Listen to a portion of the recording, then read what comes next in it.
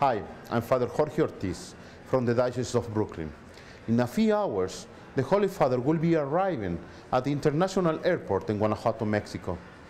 Early this morning, we had the opportunity to talk to Mr. Ricardo Sheffield Padilla, Mayor of León, Guanajuato.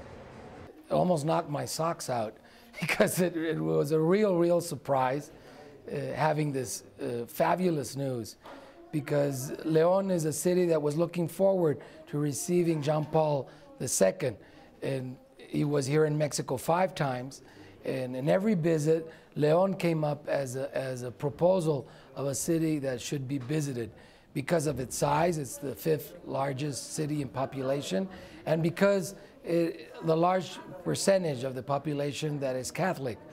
So we always thought that he would come to León. Unfortunately, he never did, even though we were almost there.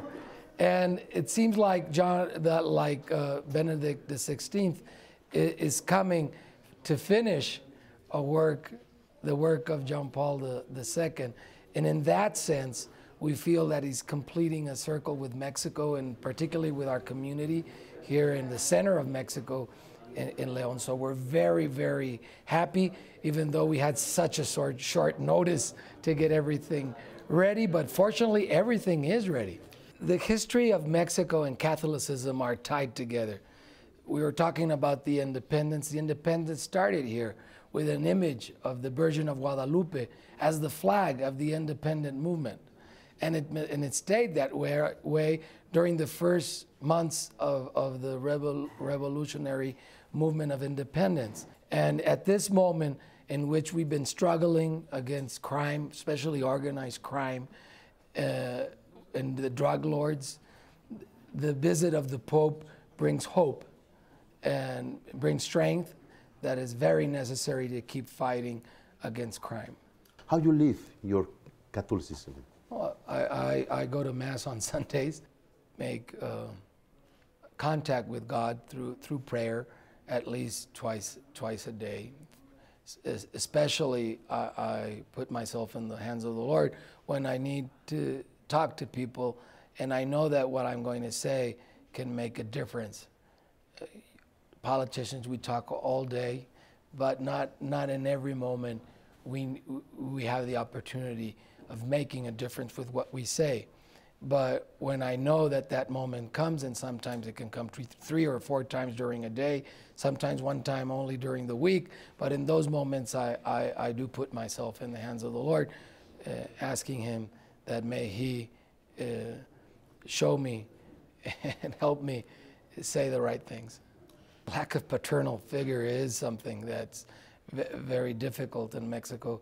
There's a lot of women who live alone because their husbands, or who used to be their husband, at least physically, left to work to the United States or just disappeared. So there are a lot of single mothers, even though they were originally married, and that is a social problem in Mexico. And I think that the best way of being close to the people who have a pain, who have a problem, is listening. Sometimes that's the only thing you can do, is listen. But in relation to those who know less or have less, and which there are many in our country, unfortunately, there are several programs that we work with the federal government to bring them close to them, and at least the extreme poverty, help it out so that it doesn't exist. We have poverty, but not extreme. Maybe you don't know, but we have something in common with New York.